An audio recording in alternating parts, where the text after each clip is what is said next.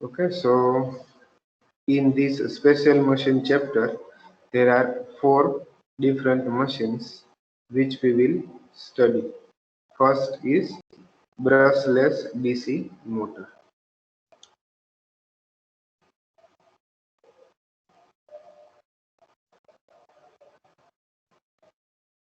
So we do not require any sound.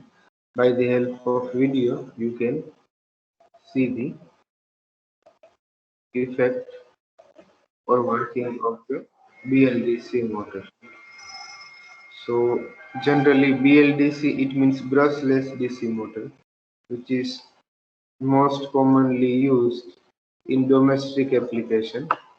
So in this BLDC motor, the two parts are there, stator and rotor. So now you can see the rotor which is outside, which is rotating, and stator which is inside, that is fixed. એટલે અંદરની side જે pole છે એ કેવા છે, fixed છે, અને બહારની side જે બે પોલ છે એ કેવા છે, રોટેટિંગ છે. એટલે જનરલી મોટરમાં શું હોય છે કે સ્ટેટર બહારની સાઈડ હોય, રોટર ઇનસાઇડ હોય છે. જ્યારે આમાં સ્ટેટર ઇનસાઇડ છે, રોટર આઉટસાઇડ છે. જે આપણે સીલિંગ ફેનમાં, એક્ઝોસ્ટ ફેનમાં બધી જગ્યાએ હોય છે એ રીતનું. તો આમાં જનરલી શું થાય છે તો કે આપણે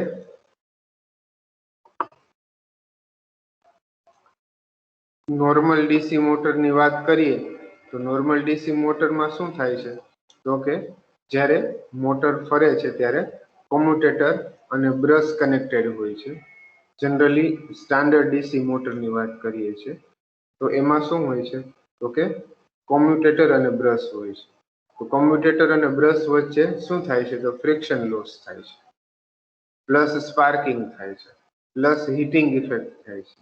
તો આ બધી ઇફેક્ટ શેમાં થાય છે તો કે બ્રશ ટુ ડીસી મોટર, જે ડીસી મોટરમાં બ્રશ છે જનરલી કોમ્યુટેટર અને બ્રશ જે ડીસી મોટરમાં હશે એમાં ફ્રિક્શન લોસ વધારે થશે, સ્પાર્કિંગ થશે, નોઇઝ પોલ્યુશન થશે, હીટિંગ ઇફેક્ટ થશે, બરોબર છે, એફિશિયન્સી મશીનની ડાઉન થશે, આ બધી ઇફેક્ટ થશે. પણ જો આપણે બ્રશ વિનાની મોટર યુઝ કરશું તો આ બધી ઇફેક્ટ નિગ્લેક્ટ કરી શકશું અને ઓવરઓલ મોટરની એફિશિયન્સી ઇમ્પ્રૂવ કરી શકશું. તો એવી મોટરને કહેવામાં આવે છે brushless DC motor. It means the DC motor which do not require brushes. Okay, so without brushes you can perform the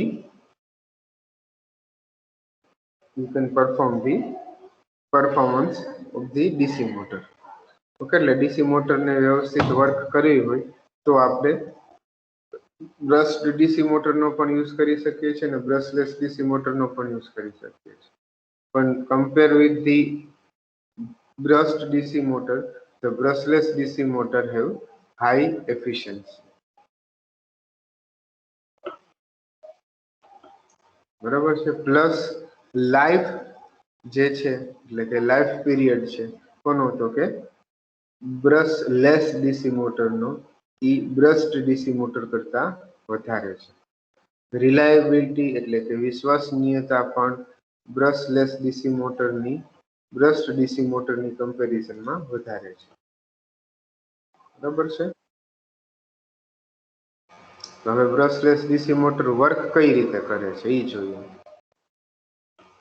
બરાબર છે. શું હોય છે તો કે બે પરમેનન્ટ મેગ્નેટ હોય છે, એક એન પોલ અને એક S pole. So there is two permanent magnet.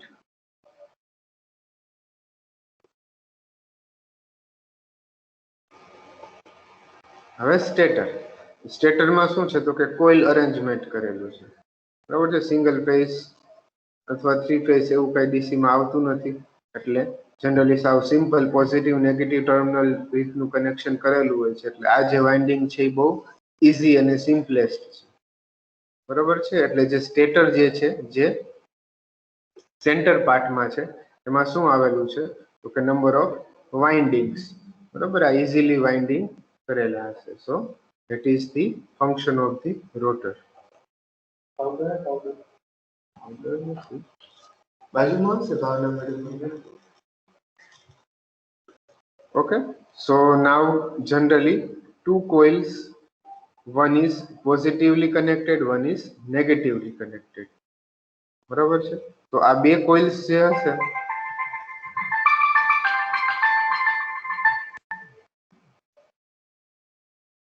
આ બે કોઇલ્સ નો ઉપયોગ કરીને આપણે NS પોલ ક્રિએટ કરીએ છીએ.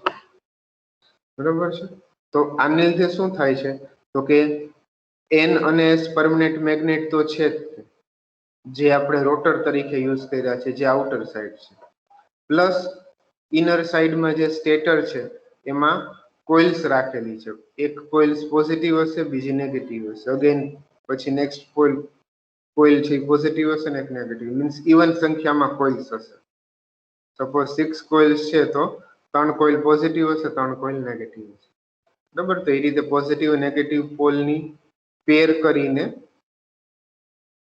સેન્ટર ભાગમાં સ્ટેટરમાં વાઇન્ડિંગ કરેલું હોય છે. Okay, just a minute.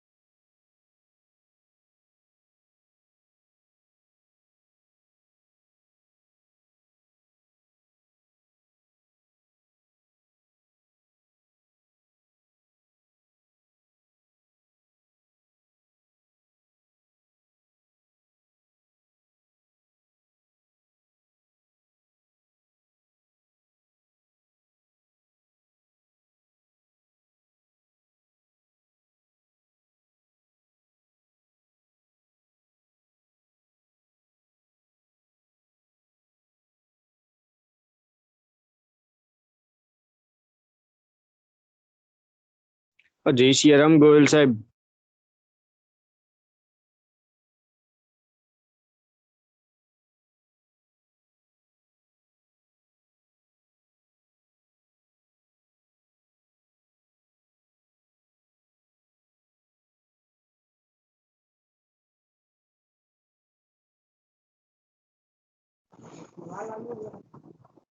રોહિતિયા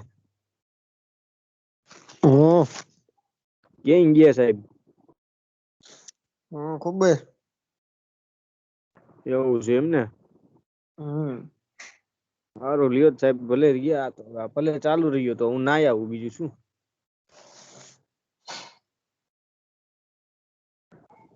શું કર્યું કોઈ કે શું કર્યું? આ guests are waiting for a join.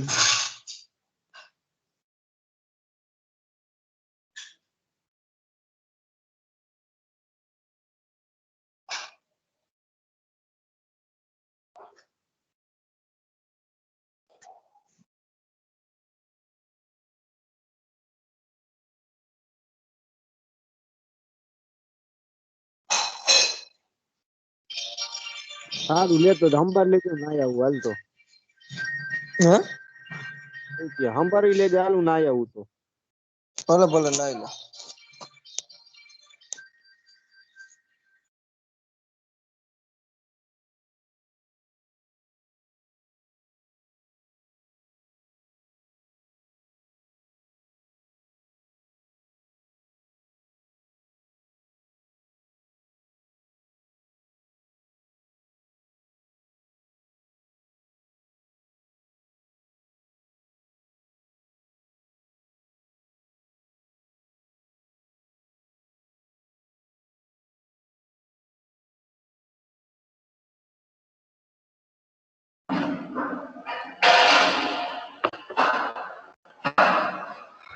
Okay, so now due to these two coil, the magnetic flux will create from N pole to S pole or S pole to N pole. Generally, we can say the N pole is positively charged, S pole is negatively charged. એટલે કે જે coil છે એ positive coil છે, જેને positive સાથે connect કરી છે સપ્લાયના, A N પોલારિટીમાં charge થાય છે, અને બાકીની જે નેગેટિવ કોઇલ છે એસ પોલારિટીમાં ચાર્જ થાય છે. બરોબર, એવી જ રીતે બાકીની કોઇલ પણ પોઝિટિવ નેગેટિવ હશે એનએસ પોલારિટીમાં ચાર્જ થશે. બરોબર, તો આ બધી કોઇલ એનએસ એનએસ માં ચાર્જ થશે, અને ઉપર મેઇન પરમનન્ટ મેગ્નેટ એન અને એસ છે. એટલે શું થશે તો કે અહીંયા ફોર એક્ઝામ્પલ એસ પોલ આવશે, પહેલા અહીંયા એસ છે તો અહીંયા એસ પેલા આવ્યો હશે, તો અહીંયા જ્યારે એસ પોલ હશે તો આ એસ પોલ અને એન પોલ વચ્ચે એટ્રેક્શન થશે. બરોબર છે, અથવા એનાથી ઊંધું ગણીએ તો અહીંયા એન પોલ છે અને અહીંયા એસ પોલ છે, અહીંયા એન છે અને અહીંયા એસ છે, તો આ એન અને એસ વચ્ચે એટ્રેક્શન થશે, એટલે આ એન કોઇલ છે એસ કોઇલ ની નજીક આવશે. સેમ વસ્તુ અહીંયા એસ કોઇલ છે, અહીંયા એન કોઇલ ની નજીક આવશે. બરોબર છે, તો શું થશે તો કે ક્લોકવાઇઝ ડાયરેક્શનમાં ફરશે. બરોબર છે, અને એનાથી ઊંધું ગણીએ તો અહીંયા એન પોલ, અહીંયા એસ પોલ હશે ને અહીંયા એન પોલ હશે, તો આ એસ પોલ અને એન પોલ વચ્ચે એટ્રેક્શન થશે અને આ એન્ટી ક્લોકવાઇઝ ફરશે. બરોબર છે, એટલે જે રીતનું એનએસ પોલ ક્રિએટ થશે એ પ્રમાણે ક્લોકવાઇઝ અથવા એન્ટી ક્લોકવાઇઝ રોટર રોટેટ થશે. ઇન શોર્ટ, આપણે સ્ટેટર છે કે સેન્ટર પાર્ટમાં જે સ્ટેટર છે એમાં કોઇલની મદદથી આપણે એનએસ પોલ ક્રિએટ કરીએ છીએ, અને આઉટર સાઈડમાં જે રોટર છે એમાં પરમનન્ટ મેગ્નેટનો ઉપયોગ કરીને એનએસ પોલ ક્રિએટ કરીએ છીએ. બરોબર છે, તો આ સ્ટેટરના જે આઉટર સાઈડ છે, સોરી ઇનર સાઈડ છે, અને રોટર કે જે આઉટર સાઈડ છે એના એનએસ પોલનો એટ્રેક્શન અને રિપલ્ઝનના પ્રિન્સિપલ ઉપર આપણે મોટરને રોટેટ કરાવીએ છીએ. બરાબર છે, તો આ જે સ્ટેટરમાં જે મેગ્નેટ ક્રિએટ થાય છે એને ઇલેક્ટ્રોમેગ્નેટ કહેવાય છે, અને જે રોટરમાં આઉટર સાઈડ જે એનએસ પોલ છે એને પરમેનન્ટ મેગ્નેટ કહેવામાં આવે છે. બરાબર છે, એટલે જનરલી પરમેનન્ટ મેગ્નેટ અને ઇલેક્ટ્રોમેગ્નેટ વચ્ચે આપણને એટ્રેક્શન અને રિપલ્ઝન મળે છે, જેની મદદથી જે આપણે બહારનું સાઈડનું જે છે એ રોટેટ થાય છે. ફોર એક્ઝામ્પલ અહીંયા એસ છે, અહીંયા એન છે, તો આ બે વચ્ચે એટ્રેક્શન થશે એટલે આ અહીંયા આવ્યું. બરોબર, એટલે બહારનું જે રોટર છે અહીંયા આવ્યું. બરાબર, અગેન પાછું એવું થશે, અહીંયા એસ હશે તો પાછું એટ્રેક્શન થશે. બરોબર છે, અહીંયા એસ અને અહીંયા એન હશે, આ બે વચ્ચે એટ્રેક્શન થશે તો આ પાછું રોટેટ થશે, એટલે ઇન શોર્ટ આઉટર સાઈડ ની જે પેરિફરી છે એ રોટેટ થશે, ઇનસાઇડ નું ફિક્સ્ડ રહેશે. બરોબર છે, આઉટર સાઈડમાં એન અને એસ જ પોલ છે, ખાલી બે જ પોલ છે. તો આ બે પોલ છે એ વારાફરતી ઇન્ટરનલ જે સ્ટેટર છે એના એનએસ પોલ સાથે એટ્રેક્શન અને રિપલ્શનમાં આવશે, જેના લીધે આઉટર લેયર છે એ રોટેટ થવાનું ચાલુ કરશે.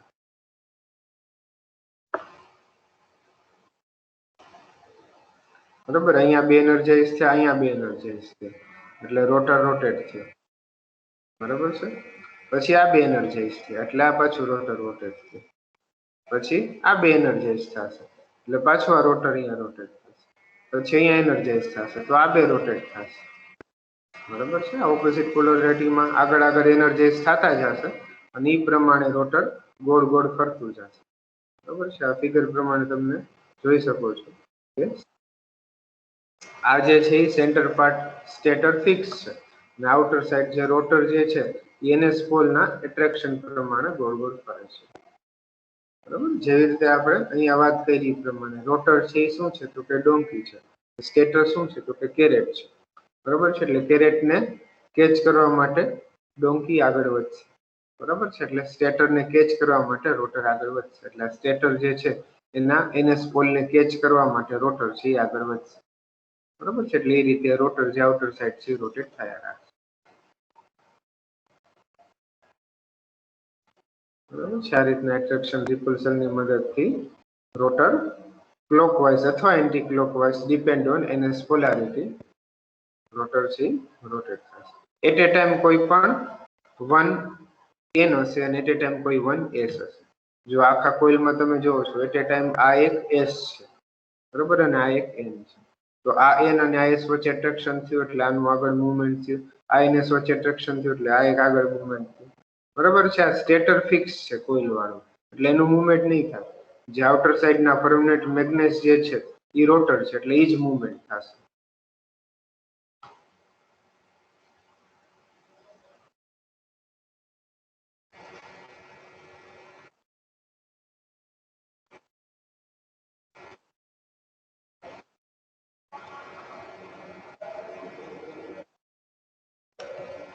બરોબર છે, હવે શું થાય છે તો કે પેલા એટ એ ટાઈમ કોઈ એક એન હતું ને કોઈ એક એસ હતું, તો આ એસ અને આ એન વચ્ચે એટ્રેક્શન થતું.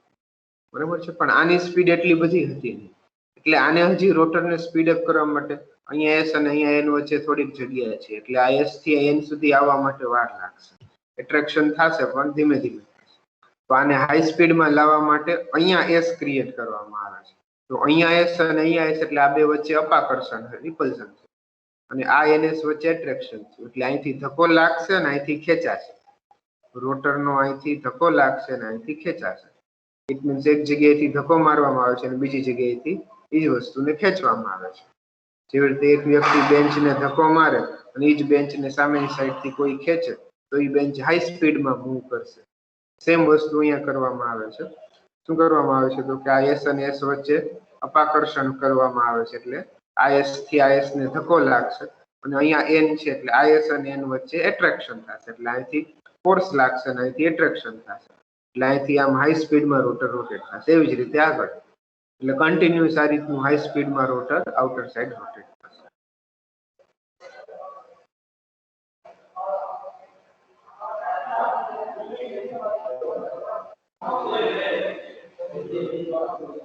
બરાબર છે, આવું કરવાથી વધારે ટોર્ક મળશે જેને લીધે રોટર હાઈ સ્પીડમાં રોટેટ થશે.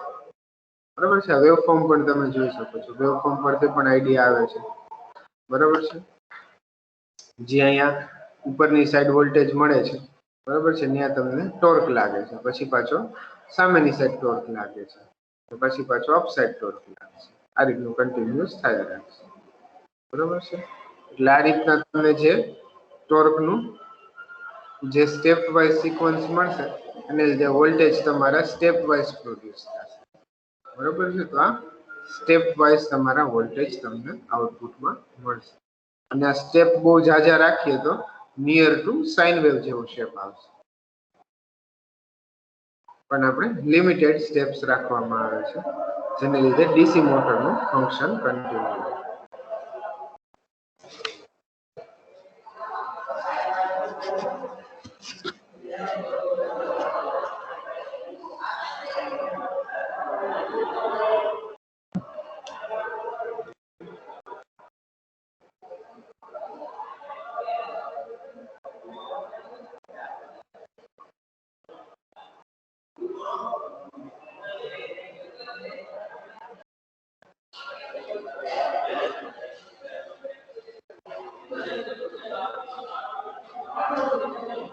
બરાબર છે, પોઝિટિવ ટુ નેગેટિવ,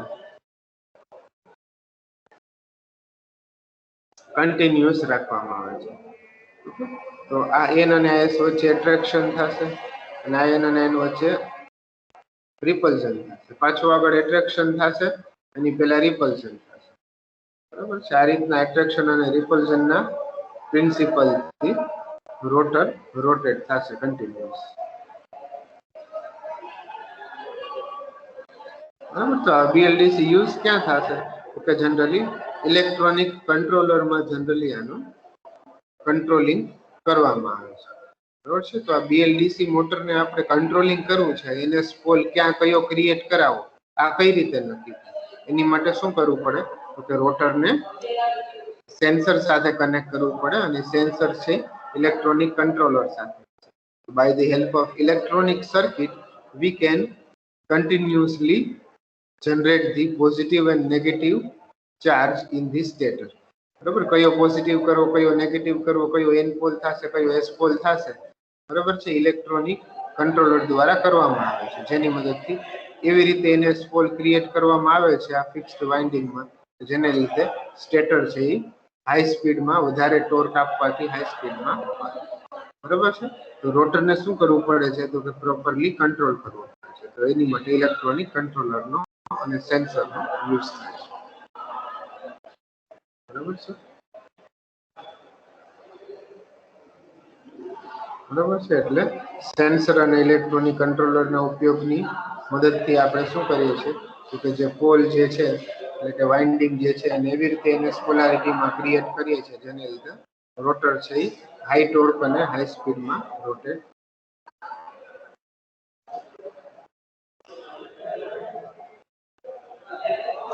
બરાબર. આની માટે શું યુઝ થાય છે? સેન્સર. કયું? તો કે હોલ ઇફેક્ટ સેન્સર યુઝ થાય છે.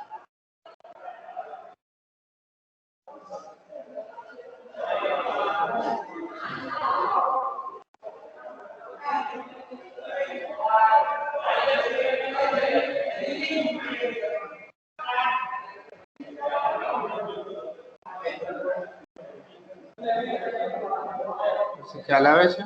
So this is the function of BLDC motor.